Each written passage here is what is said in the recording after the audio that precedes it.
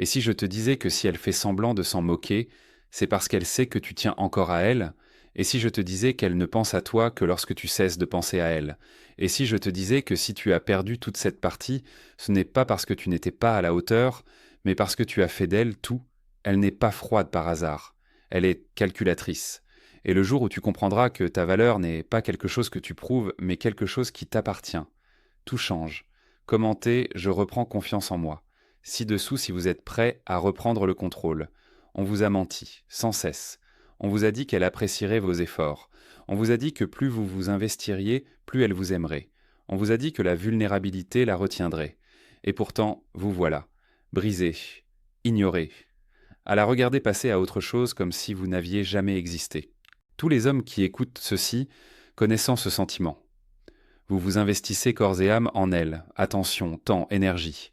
Et elle s'en va. Elle bloque votre numéro et le débloque quand elle s'ennuie. Elle publie des stories énigmatiques juste pour voir si vous les consultez encore. Elle veut votre énergie, pas votre amour. Et vous continuez de la lui donner. C'est la fin. Aujourd'hui, vous n'allez pas seulement entendre des vérités, vous allez apprendre à les vivre. Numéro 1, elle désire ce qu'il ignore. Elle ne tombe pas amoureuse de l'homme qui lui donne tout. Elle s'effondre émotionnellement pour celui qui ne lui donne rien qu'elle n'ait mérité. Et c'est une vérité que la plupart des hommes refusent d'en admettre. Plus vous donnez sans rien demander en retour, plus vous devenez invisible. Vous lui offrez des roses, elle lève les yeux au ciel. Vous lui envoyez de longs messages, elle les partage avec ses amis. Vous bouleversez votre vie pour elle. Et elle oublie ton nom dans les discussions de groupe. Mais quand tu prends tes distances, non pas par jeu, mais parce que tu reconnais enfin que le trône appartient à celui qui est assis et non à celui qui est agenouillé, elle s'effondre. Elle consulte ton profil non pas pour savoir si tu vas bien, mais pour voir si son absence a laissé un vide. Et quand elle n'en trouve aucun, quand elle ne voit aucune trace numérique, aucun signe de contact, aucune manifestation d'affection, c'est là que son ego se blesse. Parce qu'elle aspire au mystère, pas à la loyauté. Elle aspire au doute, pas à la dévotion. Et c'est cette blessure qu'elle refuse d'admettre. La gratitude n'est pas inscrite dans sa nature. Elle était programmée pour la conquête, pour la chasse, pour se demander si elle peut encore vous briser.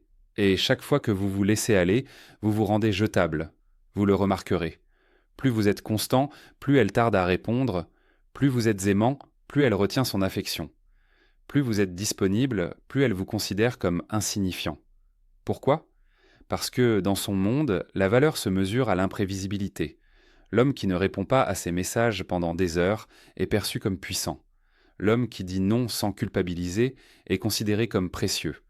L'homme qui disparaît un week-end sans explication devient une obsession dont elle ne peut se défaire. C'est là le paradoxe. Elle ne veut pas que vous l'aimiez plus qu'elle ne s'aime elle-même. Elle veut le mériter, avoir le sentiment d'avoir lutté pour un homme qui ne distribue pas son temps comme on distribue des prospectus au coin d'une rue. Alors, quand vous agissez comme si elle n'avait aucune importance, non pas par cruauté, mais en vous concentrant sur votre vie, votre mission, votre paix intérieure, elle recommence à revenir, non par amour, mais parce qu'elle ne supporte pas de ne pas être au centre de votre attention. Et c'est là le test. Dès l'instant où vous cessez de graviter autour d'elle et commencez à construire votre propre monde, elle réalise qu'elle n'a jamais été le soleil, c'était toi. Alors cesse de te consumer pour quelqu'un qui prospère dans ton ombre. Bâtis ton royaume, non pas pour elle, mais pour toi-même, et laisse-la observer de l'extérieur des portes qu'elle a brûlées en essayant de contrôler. Et si tu es prêt à cesser de souffrir pour des personnes qui traitent ton amour comme un jeu, alors le guide stoïcien des relations est la prochaine étape. Ce n'est pas qu'un simple e-book, c'est une arme, un guide forgé dans la vérité, la douleur et la lucidité. Il a été écrit pour vous, pour l'homme qui en a assez d'être exploité, qui est prêt à se réapproprier son identité, à reconstruire sa confiance et à ne plus jamais retomber dans le même piège. Ce guide est éternel, il vous appartient pour toujours. Chaque principe, chaque intuition, chaque vérité vous accompagne à jamais. Vous pouvez vous y référer dans vos moments les plus sombres et vous relever avec lucidité. Ne te demande pas si tu en as besoin. Demande-toi plutôt si tu peux te permettre de vivre sans. Numéro 2. L'attention nourrit son ego. Son addiction n'a jamais été pour ton cœur, mais toujours pour ton attention. Elle ne réécoute pas tes messages vocaux affectueux pour se souvenir de ta chaleur, mais pour se sentir puissante. Elle ne publie pas de photos pour partager sa vie, mais pour voir si tu les regardes encore. Tu crois être gentil et attentionné. Elle est émotionnellement ouverte. Elle pense que tu lui appartiens encore. Chaque emoji que tu lui envoies, chaque message juste pour prendre de ses nouvelles, chaque j'aime tardif sur ses photos est un dépôt dans le compte en banque de son ego. Tu n'es pas un souvenir, tu es son plan de secours, et elle te gardera là sous sa coupe émotionnelle tant que tu la nourriras. Elle n'a pas besoin de répondre, elle a juste besoin de savoir qu'elle a encore accès à elle. Avec un simple post ou un faux SMS, elle peut vous manipuler comme un poisson hors de l'eau, et vous restez accro car, au fond, vous êtes persuadé que la gentillesse triomphe toujours. Ce n'est pas le cas, pas avec quelqu'un qui utilise la gentillesse comme monnaie d'échange. Vos excuses et vos explications ne l'intéresseront pas. Elle est accro à l'idée d'occuper votre attention sans contrepartie. Le seul moyen de la déloger, c'est de se détacher, non pas en parole, mais en acte. Cela signifie arrêter de liker ses photos, de répondre à ses provocations et de jouer les consolateurs émotionnels chaque fois qu'elle vous blesse et attend de vous des compliments. Tant qu'elle sait qu'elle compte encore pour vous, elle n'a aucune raison de changer d'attitude. Et c'est pourquoi la plupart des hommes restent prisonniers de ce cercle vicieux. Elles nourrissent ce qu'elles devraient affamer. Affamer son ego. Et nourrissez votre mission, votre forme physique, vos finances, votre liberté. Dès qu'elle sentira qu'elle perd le contrôle, elle tentera de le reprendre. Elle vous testera par des messages anodins, des rencontres fortuites ou des marques d'affection soudaines. Ne cédez pas. Ce n'est pas de l'amour qui revient. C'est son ego qui panique. Et vous n'êtes pas là pour conforter son ego. Vous êtes là pour construire. Laissez-la mourir de faim. Laissez-la s'interroger. Laissez-la se poser la question qu'elle n'aurait jamais cru se poser. Pourquoi ne me court-il plus ? Parce que c'est le seul moment où la vérité la frappe de plein fouet. C'est le seul moment où elle commence à ressentir ce que vous avez toujours ressenti, le vide.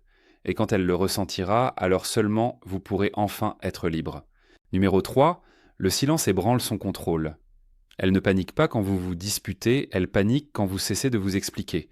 Car ce n'est pas votre voix dont elle a sa besoin, ce sont vos réactions. Chaque appel ignoré, chaque message non lu, chaque absence non comblée ne la perturbe pas seulement. Cela ébranle ses fondements. Parce qu'elle comptait sur votre faiblesse. Elle pensait que si elle prenait ses distances, vous la poursuivriez. Elle pensait que si elle avait froid, vous frissonneriez. Elle pensait que si elle lui refusait son affection, tu venais me supplier pour avoir des miettes. Mais quand rien n'y a fait, quand ton monde est resté intact sans qu'elle y laisse son empreinte, elle a commencé à sombrer, non pas par chagrin d'amour, mais par perte de contrôle. Elle ne s'attendait pas au calme, elle s'attendait à la panique habituelle. Elle s'attendait aux confessions à 3 heures du matin, aux longs textos du genre « on peut parler », aux supplications émouvantes pour une autre chance, et quand elle n'a obtenu que ton absence d'effort, elle a dû se résoudre à accepter ce qu'elle n'avait jamais prévu, ton indépendance.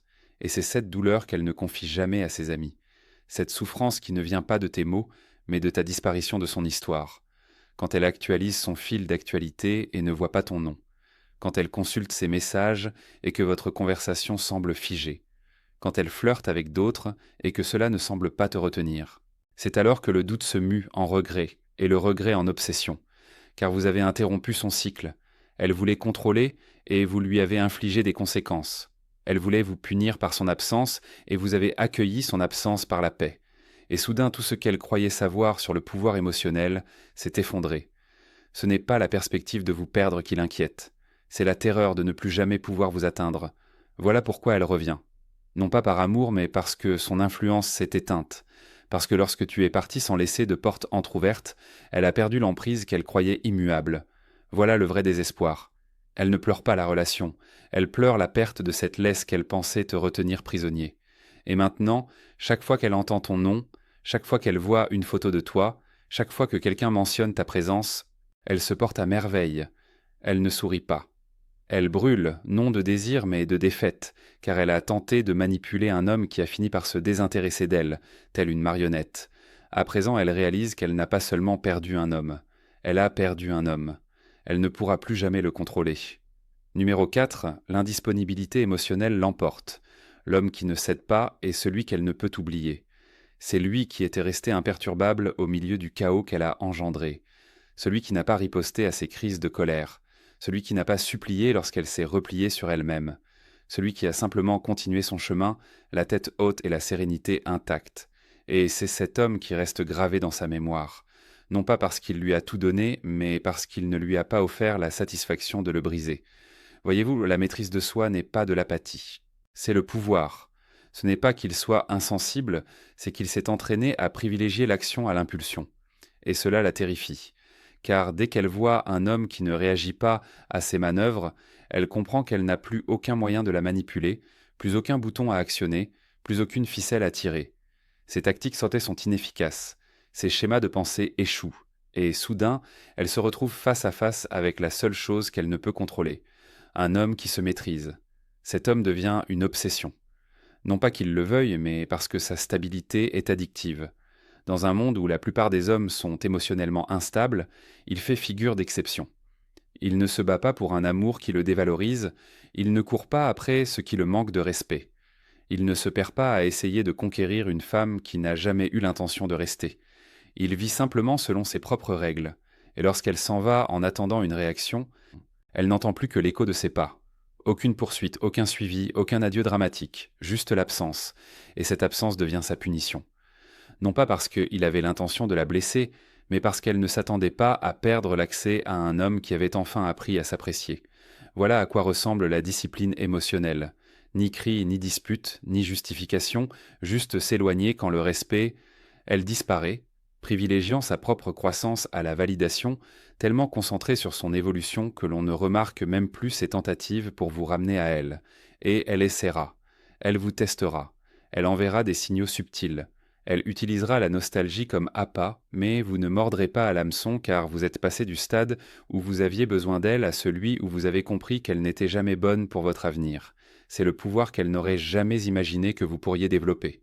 C'est pourquoi elle se retourne en silence et se demande comment elle a pu perdre l'homme qui n'avait plus besoin de sa réaction pour décider de son avenir. Numéro 5. Votre valeur réside dans le détachement. Elle ne s'effondre pas quand vous abandonnez. Elle s'effondre quand vous la laissez enfin partir sans faire de scène, sans lui adresser un dernier discours, sans chercher à la rassurer ni à la valider. C'est à ce moment-là qu'elle réalise. C'est à ce moment-là qu'elle prend conscience de l'ampleur de sa perte. Non pas parce que tu as crié, pleuré ou couru après elle, mais parce que tu ne l'as pas fait. La véritable force ne se manifeste pas dans la violence avec laquelle on se bat pour quelqu'un. Elle se révèle dans la facilité avec laquelle on s'éloigne quand son amour-propre est en jeu. Tu lui as tout donné. Ton temps, ta présence, ta confiance, et elle a traité tout cela comme si de rien n'était. Elle a pris ta gentillesse pour de la faiblesse. Elle a pris ta constance pour du désespoir. Elle a cru que ta vulnérabilité était une faiblesse à exploiter. Mais le jour où tu as cessé de répondre à ses messages, le jour où tu as cessé d'être présent émotionnellement, le jour où tu as décidé de recentrer toute cette énergie sur toi-même, c'est le jour où tu es devenu précieux, d'une manière qu'elle ne pouvait plus ignorer. Car maintenant, elle se demande pourquoi l'homme qui buvait ses paroles ne semble même plus se souvenir de sa voix. Pourquoi l'homme qui attendait ses réponses ne consulte plus son téléphone. Pourquoi l'homme qui analysait chaque détail à l'excès agit maintenant comme si elle n'avait jamais existé, et ce changement est si frappant. Ce détachement, c'est ce qui te rend inoubliable, car lorsqu'elle regarde autour d'elle, elle ne te voit pas réagir. Elle te voit t'élever, et aucune femme n'oublie l'homme qui a su dépasser son indifférence. Tu n'es pas meilleur parce qu'elle est ses parties. Tu es meilleur parce que tu as enfin cessé d'avoir besoin d'elle. Voilà la différence. Tu as cessé de prouver ta valeur à quelqu'un qui ne l'a jamais vue. Tu as commencé à construire sans rechercher les applaudissements. Tu t'es entraîné, tu as appris, tu t'es perfectionné. Tu es devenu l'homme dont elle rêvait, et maintenant elle te regarde de loin, consciente de l'avoir possédé, et laisse ce rêve se perdre entre ses mains. Cette douleur, c'est à elle de la porter. Tu t'es détaché non par indifférence, mais parce que tu as appris à prendre davantage soin de toi. C'est là que réside ta valeur. Non pas dans la poursuite, non pas dans la persuasion, mais dans le fait de partir avec dignité et de construire une vie épanouissante. Que son nom ne résonne pas dans votre parcours. C'est ainsi que les hommes triomphent. Non par la vengeance, mais par la renaissance. Sixièmement, partir sème le doute. On ne devient pas puissant en restant. On devient puissant en partant sans explication, sans hésitation, sans se retourner. Car au moment où vous partez, tout bascule. Non pas parce que vous avez joué un rôle, non pas parce que tu as fait preuve de force, mais parce que ta décision était irrévocable. Elle ne remet pas en question ta valeur tant que tu es toujours disponible. Elle la remet en question dès l'instant où tu disparais sans un mot, sans ressentiment, sans se retourner. Elle pensait avoir le temps. Elle pensait que tu serais toujours joignable. Elle pensait que peu importe à quel point elle devenait froide, inconstante, ou à quel point elle te tenait pour acquis, tu serais toujours là. Parce que c'est ce que tu as toujours fait, jusqu'au jour où tu as cessé. Et c'est là que son monde s'est effondré. C'est là que sa confiance a commencé à s'effriter. Parce que les femmes comme elle ne croient pas qu'elles perdront un jour l'homme qu'elles ne respectent pas. Elles s'attendent à ce qu'il reste, qu'il endure, qu'il implore, ne serait-ce qu'un soupçon d'attention. Mais quand il ne le fait pas, quand il s'en va sans un drame, sans explosion émotionnelle, quand il disparaît simplement dans sa propre vie, c'est alors que le regret s'installe comme une maladie. Elle épluche tes messages, cherchant un indice. Elle consulte ton profil, espérant un signe. Elle réécoute de vieux messages vocaux, se demandant comment elle a pu se tromper sur ta capacité à disparaître. Car désormais, le silence qu'elle utilisait autrefois pour te punir est devenu sa prison. Chaque appel sans réponse est un miroir, chaque occasion manquée est une cicatrice. Et chaque nouvelle version de toi dont elle entend parler par des amis communs ou qu'elle aperçoit au loin lui rappelle qu'elle n'a pas perdu un homme. Elle a perdu un mouvement, un homme qui a évolué parce qu'elle l'avait sous-estimé, un homme qui a transformé son chagrin en force, un homme qui a fait de la paix une force. Et ce doute, ce « et si » lancinant, la poursuivra pendant des années. Tu n'as jamais été un plan B. Tu n'as jamais été une solution de repli. Tu étais celui qu'elle croyait immortel. Et le jour où tu es parti, elle a appris la plus cruelle des vérités. Les vrais hommes ne reviennent pas une fois qu'ils réalisent qu'ils donnèrent leur amour à quelqu'un qui n'en comprenait pas la valeur. Numéro 7. Ta tranquillité est ce qui la fait craquer. Ce n'est pas lors de vos disputes qu'elle perd pied.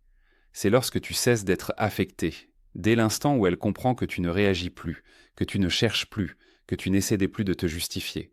C'est à ce moment précis que son monde commence à s'effondrer dans une confusion silencieuse et une souffrance intime. Tu n'étais pas censé aller bien sans elle. Tu étais censé t'attarder, attendre, prendre de ses nouvelles, être présent. Mais quand tu ne le fais pas, quand tu commences à construire quelque chose de plus grand que la relation qui, selon elle, te définissait, elle commence à comprendre la vérité qu'elle s'efforçait d'ignorer. Elle n'a jamais été ta source de force, et elle n'a jamais eu le droit de détruire ton identité. Maintenant, elle voit un homme qui ne publie plus pour l'impressionner, qui ne répond plus pour la provoquer, qui ne cherche plus à se justifier, et cela la perturbe. Non pas qu'elle te désire encore, mais parce que tu as fait de la paix une force, et elle n'aurait jamais imaginé perdre le contrôle sur celui qui lui a tout donné. Cette assurance tranquille, celle où l'on agit plus qu'on parle, où l'on obtient des résultats plutôt que des réactions, la ronge, parce que tu n'as pas besoin de crier sur tous les toits que tu as changé. Tes actes le prouvent. Tu te lèves plus tôt, tu t'entraînes plus intensément, tu ris plus fort, non pas pour lui prouver quoi que ce soit, mais parce que ton âme est enfin libérée du besoin constant d'être validée. Et c'est ce qui la hante. Non pas que tu sois parti, mais que tu t'épanouisses sans son chaos pour alimenter ta croissance. Elle pensait être ta raison d'être. Elle pensait être ton atout. Mais maintenant, elle comprend qu'elle était un fardeau. Et sans elle, tu avances plus vite, plus haut, plus loin qu'elle ne l'aurait jamais imaginé. Cette clarté, cette liberté, cette discipline, c'est ce qui la fait s'arrêter, c'est ce qui l'intrigue, c'est ce qui la pousse à t'écrire après des mois de silence, espérant que ta paix intérieure ne t'ait pas trop apaisée pour que tu puisses répondre. Mais tu ne répondras pas, non par mesquinerie, mais parce que tu en as fini d'être disponible pour quelqu'un qui ne t'appréciait que lorsque tu étais brisé. Ton histoire est la preuve que tu as dépassé le rôle qu'elle t'a attribué. Et maintenant, elle observe en marge, sachant qu'elle ne fera jamais partie de la suite, car l'homme que tu es devenu ne revient pas en arrière. 8e conseil, maîtrise-toi toi-même, pas elle. Elle n'a jamais été la ligne d'arrivée, elle était la leçon. Le but n'a jamais été de la reconquérir. Il s'agissait de trouver un tel ancrage, une telle clarté dans ton but, une telle plénitude dans ton identité, que son absence ne soit même plus perçue comme une perte. Tu as passé trop de temps à décrypter ses comportements, à interpréter son silence, à comprendre tes erreurs. Mais la vraie des questions n'a jamais porté sur elle. Elle a toujours porté sur toi. Pourquoi étais-tu si prompte à te réduire à néant pour te conformer à l'incohérence d'autrui ? Pourquoi mesurais-tu ta valeur à la fréquence de ses sourires ou à la rapidité de ses réponses ? C'est là que tu t'es perdu. Non pas lorsqu'elle était partie, mais lorsque tu l'as laissée devenir le miroir qui définissait ta valeur, mais plus maintenant. Désormais, tu te tournes vers l'intérieur. Tu notes tes objectifs, pas tes regrets. Tu planifies tes séances d'entraînement, pas tes rendez-vous. Tu investis dans ta vision, pas dans son approbation. Ce changement est fondamental. Passer de la conquête à la quête de la maîtrise, voilà ce qui forge un homme inébranlable. Tu ne vas pas à la salle de sport uniquement pour l'apparence. Tu t'entraînes parce que chaque répétition est une promesse que tu te fais. Ne plus jamais faiblir pour plaire à qui que ce soit. Tu n'écris pas seulement pour te défouler. Tu construis ton avenir page après page, plan après plan. Tu n'essaies plus d'être l'homme qu'elle désirait. Tu deviens l'homme dont tu avais besoin quand tu étais brisé. Et le monde le remarque, l'énergie change. On respecte ce qui est rare. Un homme qui ne mendie pas, un homme qui ne cède pas, un homme tellement concentré sur son évolution que quiconque ne vibre pas à la même fréquence s'efface. Voilà ta force maintenant. Tu ne cherches plus à la contrôler. Tu te maîtrises. Et quand un homme se maîtrise, il n'a besoin d'aucune autorisation pour être grand. Il n'a pas besoin d'attention pour se sentir digne. Il n'a pas besoin d'amour pour se sentir entier, car tout ce qu'il cherchait en elle, il l'a trouvé dans le miroir. Non pas le miroir qu'elle lui a offert, mais celui qu'il a forgé lui-même, à la sueur de son front et avec une détermination sans faille. Et cet homme ne gagne pas seulement une relation, il gagne la vie, car il a enfin cessé de courir après des choses extérieures et a commencé à devenir tout ce que personne ne lui avait jamais dit qu'il pouvait être. Numéro 9. Voici votre éveil. On vous a appris à courir après les autres, à faire des compromis, à être gentil, à patienter, à faire vos preuves auprès de ceux qui ne voyaient en votre amour qu'un moyen de pression. On vous a inculqué que votre valeur réside dans ce que vous apportez aux autres, et non dans ce que vous exigez pour vous-même. Mais regardez où cela vous a mené, perdu, épuisé, ignoré, non pas parce que vous n'étiez pas à la hauteur, mais parce que tu as offert le meilleur de toi-même à quelqu'un qui n'était pas fait pour le recevoir. Cela s'arrête maintenant. Cet instant, ce souffle, cette flamme qui brûle en toi, c'est ton éveil. La version de toi qui suppliait, qui doutait, qui poursuivait, c'est fini, enterré. À sa place se lève un homme qui n'a plus besoin de demander la permission de mener sa propre vie, un homme qui n'attend plus d'être choisi, un homme qui crée, qui construit. Elle marche d'un pas assuré et prend des décisions avec lucidité. Il ne s'agit plus d'elle, il s'agit de toi. Il s'agit de retrouver ta dignité, ton temps, ta concentration. Tu n'as pas besoin de la convaincre, tu n'as pas besoin de la reconquérir. Tu dois te reconquérir toi-même, et tu y parviendras en maîtrisant tes matins, en faisant du sport quand ton corps réclame du sommeil, en construisant quand ton esprit te dit d'abandonner, en écrivant, en réfléchissant, en lisant, en persévérant. Si bien que dans 6 mois, elle ne reconnaîtrait même plus l'homme qu'elle pensait pouvoir incarner. Ce n'est pas un chapitre, c'est une renaissance. Tu ne guéris pas pour être plus faible, tu te reconstruis pour être plus fort, plus sage, plus perspicace, et tu te souviendras de cette version de toi, celle qui pleurait un amour perdu, et tu le remercieras, car il s'est brisé juste assez pour enfin se réveiller. Si tu es encore là, c'est parce que quelque chose en toi a fini par craquer. Tu en as assez de te donner corps et âme à des femmes qui te voient mais comme un filet de sécurité, pas comme une priorité.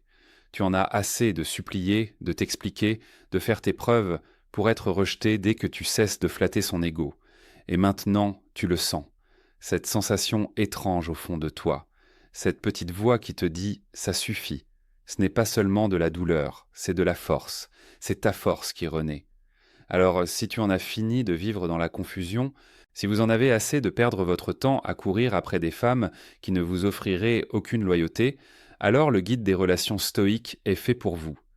Bien plus qu'un simple livre, c'est un véritable guide de survie, une vérité crue, une maîtrise psychologique et des outils concrets pour retrouver votre identité, votre sérénité et votre vie. Vous n'aurez plus jamais à courir après qui que ce soit. Le lien est dans les commentaires, mais il ne restera pas disponible longtemps. Alors, si vous êtes prêt à en finir avec ce cycle, commentez ci-dessous en publiant le plan d'action stoïque, aimez la vidéo et abonnez-vous, car chaque clic aide un autre homme à se réveiller et à échapper à des années de confusion, de rejet et de regret. C'est votre moment. Ne le laissez pas passer.